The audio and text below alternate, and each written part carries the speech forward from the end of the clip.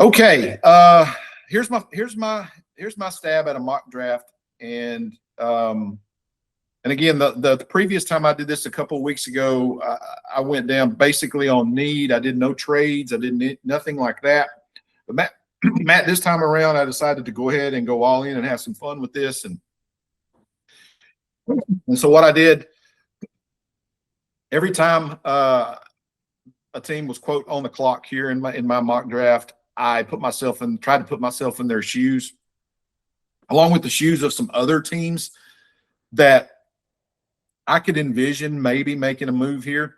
And some of these I had 3 first-round trades, okay, in this. And so I wanted to preface that and say that these are just guesses on my part based on what I'm hearing, what I'm reading, what I'm seeing, and had some fun with it. So, of course, there is very little. Everyone in the world is going to get this one right, but the Raiders, of course, are going to draft Indiana quarterback Fernando Mendoza, the Heisman Trophy winner, and that is the best possible choice for them, even though he is not, again, he may be a top 5 player in this draft. I personally think he's probably 6, 7, but it's the perfect pick for the Raiders that they need. You always take the best quarterback at number 1. Jets pick I have at number 2. I have them going with Texas Tech defensive end David Bailey, even though, and I think you saw this probably, but they canceled their 30 visit with him, which is kind of odd. Of course, the Jets come out and say, hey, don't read anything into that. We already know we need to know about this player. But if you were going to invest this kind of pick in a player like that, I think I would bring him in for that 30 visit. But it's kind of an odd way, but I still see him taking him number 2 overall. Then I have my first trade, okay? And it's not who anyone is saying, so I'm going out on a limb here.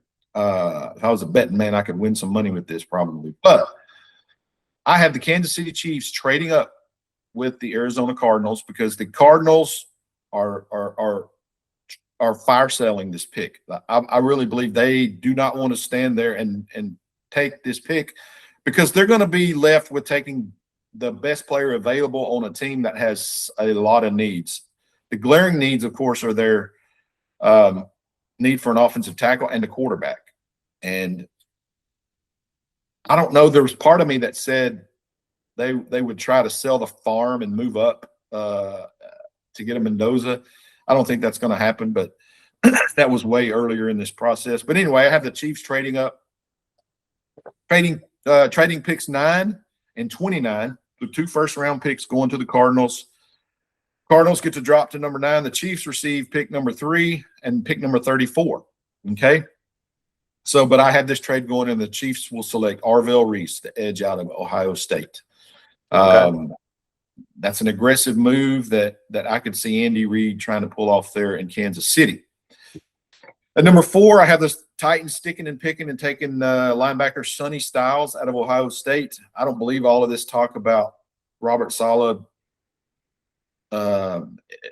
considering Jeremiah Love here. I think he's a defensive coach, and he goes and takes the best defensive player on the board, in my opinion, that being Sonny Styles. At number 5, of course, the Giants have kind of thrown a wrench into everything here in the first round with their trade with the Bengals. Now the Giants, of course, have 2 first-round picks in the top 10. A little bit of a surprise here probably, and it's maybe a little bit too high, but I think the Giants are infatuated with Jordan Tyson, the wide receiver out of Arizona State, especially after his workout a few days ago, which has had him shooting up draft boards everywhere. And I think the Giants take him here at number 5. Now, that is way too high to take a wide receiver in this draft, but because of his workout and because of the chatter and because they have 2 top 10 picks now, I don't think the Giants want to risk him being there at 10. And so I think the Giants take him here at 5, knowing that they've got another top 10 pick in their back pocket. And they go ahead and lock down a wide receiver for Jackson Dart to pair along with Malik Neighbors. At number 6, I have the Browns staying and taking the best offensive tackle on the board, Francis Mauigoa out of Miami, which is a target for Arizona. I just don't think Arizona wants to take him at 3, and I don't think they should. But I could see him going at 6 here in the middle part of the top 10. I think the Commanders really would consider plucking Caleb Downs off the board here, but I think their need for a wide receiver there for Jaden Daniels outweighs that. And they do have a top 10 receiver in Carnell Tate on the board, so I have them taking Ohio State's Carnell Tate off the board at number 7. Here's another surprise that I really, sitting in my chair and thinking about this and going through this draft, I don't know. I kind of had this on a whim. And I went back to where, if you remember a couple of drafts ago, actually the 2023 draft, I believe, when Bijan Robinson came off the board at number 8. Yeah.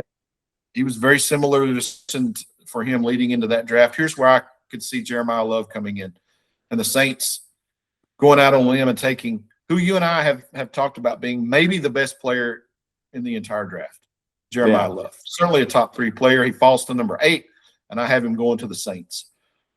Cardinals, who had traded out of number 3, now are now in the number 9 spot. This is where they get their offensive tackle. I have them going for Spencer Fano, the offensive tackle out of Utah. Giants' second pick in the first round is number 10. This is where, unfortunately, I believe they go and get Caleb Downs, the safety out of Ohio State. That's a pretty good haul for them in the first round, Jordan Tyson and Caleb Downs. Here's now I have 2 trades back to back, okay? And this one's probably a reach for me, but I think the Dolphins, who already have a second first rounder, it's number 30, but they're looking to trade down as well to get some more picks.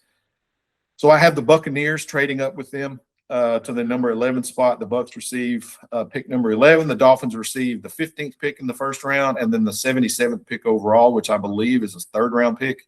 And Tampa Bay would take Mansour Delane, the cornerback out of LSU.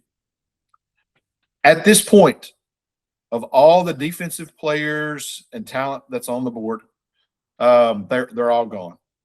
If I'm Dallas in their situation, which I'm not, which means they won't, I'm looking at getting more picks. I'm looking at trading out of number 12. I would consider if Tyson or even Love were still on the board and all those defensive players are gone, it would come down to drafting. It would come down to, at that point, it would come down to drafting Jordan Tyson. It would come down to drafting Jeremiah Love, or it would come down to drafting Reuben Bain. And if I can get this trade and move down and get a couple more picks out of it, I would let Bain pass as well. So I have the Detroit Lions trading up from number 17 and getting the Cowboys number 12 pick and then number 112 pick. And Dallas would receive in that scenario number 17, number 50, which is a second-round pick, which they currently don't have, and then a 118, which means they would recoup their fourth-round pick that they're giving up. So a first, a second, and a fourth-rounder they would be receiving and giving up a first and a fourth-rounder. And the Lions would then take Reuben Bain at pick number 12. They have a big need for a defensive end opposite Hutchinson, whatever his name is. Can't remember that. Yeah. Anyway, at number 13, the Rams, who, again, if you listen to a lot of chatter, could be one of those aggressive teams. The Rams do everything aggressively. Could see them trying to trade up into the top 10 to get one of those 2 big wide receivers. That's a glaring need for them.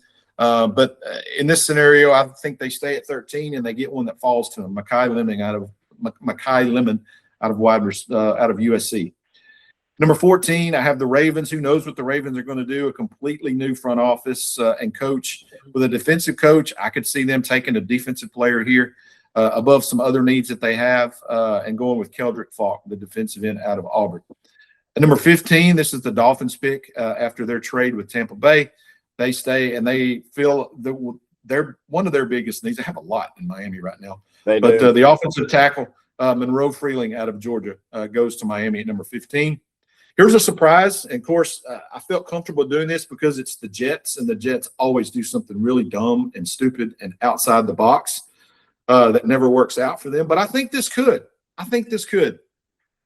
So if they don't take a wide receiver, a Tate or a Tyson, which they shouldn't at number 2, they stay and they take the best player available, I believe, at David Bailey. Now they need to get a wide receiver. All the big ones are off the board. They really need a wide receiver, Matt. They need a wide receiver. So I'm saying this may be a reach, and it is a reach, but just watch this guy. It's Casey Concepcion out of Texas A&M. I believe he's an electric player, one of the fastest players in the draft. I think he's going to be in the first round, and here I have him going to the Jets at number 16. You will be getting texts from me puffing my chest out if something wild like this happens at number 16. I'm sure, as I should. Okay, now the Cowboys are back on the clock at number 17. And here's a sneaky pick that I would be 100% on board with, but the safety out of Oregon, Dylan Thieneman. I believe, look, man, I'm all in on Caleb Downs, and if he falls to 12, we stay and we pick him. But this is a nice consolation prize along with a couple of extra picks that you get in this draft. And so if they can get Thieneman at number 17, that's the safety that Christian Parker is looking for. Would remind me of a couple of guys that he had at Philadelphia. Okay. And so that I could see the Cowboys doing that.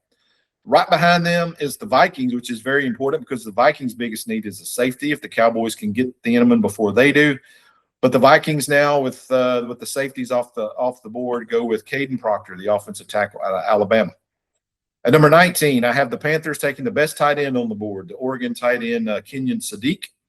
And then the Cowboys are back on the clock at number 20. Here's where I see them taking their defensive end, and he's a Miami defensive end, Akeem Mesidor. The biggest thing against Mesidor, Matt, is his age. He's 25. He'll be 25 years old when the season starts. Wow. The Cowboys have a history of this. The Cowboys, of course, drafted Terrence Newman years and years ago when he was 25, I believe, maybe 26. I can't remember. He was an NFL veteran by that time, coming out of Kansas State. That was a Bill Parcells pick. Here I could say, see, this is a Jerry Jones pick because let's face it, Jerry's clock is ticking. And this would be a win now move for Jerry to say, we're going to take the best defensive end left on the board. I don't care how old he is. Yeah. He may only have one contract. I may only have one contract left at my age. Why not go get the guy right now and enjoy 5 years with him? Anyway, that's my Cowboys pick at number 20. So if my Cowboy fans are out there, we get in the first round based on my mock draft. We get Dylan Thieneman, the safety out of Oregon, and defensive end Akeem Mesidor out of Miami. Short of any of those top 3 or 4 defensive guys falling to you at 12, I think that's the best possible draft you could see here. Still have a need for cornerback, but I think you can get that if you've got that second round pick in your back pocket now. Okay, let's move on here very quickly. At number 21, I have the Steelers with their stadium behind me here, going out and getting the best guard that they need. Ola Viaga, whatever. Do you know his name? I do Ione not. at Penn State. There's got to be a nickname for him at some point. But anyway, I think he's a good player, and he goes to the Steelers and Mike McCarthy at number 21. Pittsburgh desperately needs a quarterback. This is too high for them, I think, to take Ty Simpson. But you never know with Pittsburgh either. Sometimes they go outside the box. Number 22, defensive tackle Peter Woods out of Clemson goes to San Diego and Jim Harbaugh at number 22. Always looking to build the interior lines, Harbaugh is.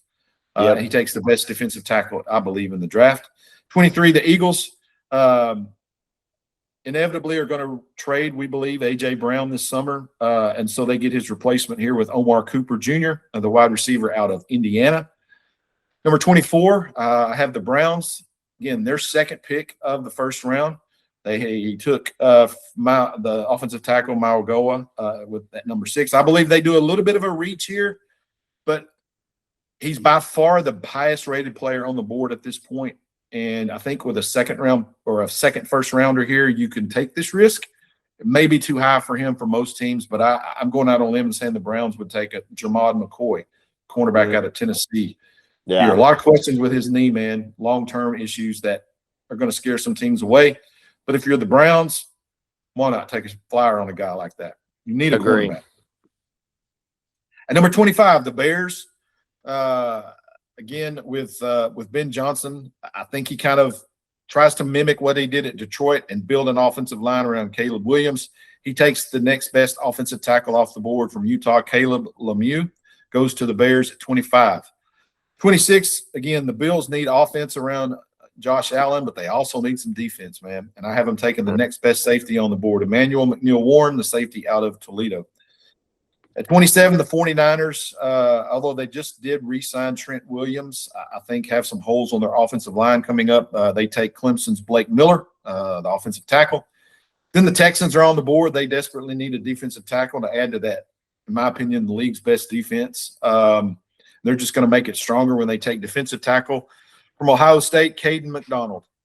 That would give Ohio State, Matt, I believe, 6 first-round picks. And Ryan Day, for not winning the national championship last year, probably should be fired with that kind of talent. That question has come up a time or two in the past, hasn't it? Yeah, for sure. At number 29, the Cardinals with their second first-round pick now that they got from Kansas City. This is going to be a big surprise, but they take Ty Simpson, the quarterback from Alabama. So that gives the Cardinals a pretty good first round here with Simpson at 29. And then, of course, they took the offensive tackle to protect him at Fano up at number 9. Final 3 picks here, the Dolphins at number 30. Fill their wide receiver need with Washington's Denzel Boston. Patriots are then on the board. I think they need a linebacker, and I think he fits well with what they want to do. This is the kid from Georgia, C.J. Allen. And then at 32, the defending Super Bowl champs go out and get a pretty good sleepy defensive end here in Clemson's T.J. Parker. And that would round out your first round. So try to get that as quickly as possible. A lot of fun. It's never going to fall the way you see it. But what are some things maybe that I said fast that you think maybe I might be onto something? Give me a little love here. I do like the Cowboys picks. I really like the Cowboys picks, as long as they don't take a kicker, I feel like they're going to take a kicker. Or as long as they don't do that, I'm good. But no, seriously, I do think the trades that you've mentioned, especially that first one, makes sense. And I like when these trades happen. I think it makes, I don't know, for me, it makes the draft a little more entertaining. I really kind of enjoy it. You know, if you're ever at the draft, you can see the energy for the people there, or if you're watching it when that little music breaks and Schefter starts reporting a trade, it's just something that's exciting. So I certainly, one, I want you to be right. So I think that would be cool. But 2, I hope that stuff happens because I just think it makes it more entertaining. But I think I like the reasoning you gave for things seemed to make a lot of sense. And I think the overarching theme that we forget sometimes is yes, you want to draft according to need, of course, but sometimes your need, the best player available at that need isn't worth that pick. And so you've got to kind of audible, and we do see the good teams do that. So I'm curious to see. I am really curious to see what's available to the Cowboys, though, at 12. I mean, for the purposes of this podcast, for you and me and our interest, that is who's available and what are you going to do with it? That's the biggest question for me. From a fan standpoint, for me, if I'm the Cowboys, I'm 100% okay. If I'm sitting at 12, and a Sonny Styles, a Caleb Downs, a Mansour Delane fall to me at number 12, I'm sticking and picking. I'm taking one of those guys. I'd be okay with them taking Reuben Bain at 12. They need an edge rusher. But if an opportunity presents itself to where I can pick up a second round pick by moving down a few spots, I would give up Reuben Bain in that scenario. Yeah.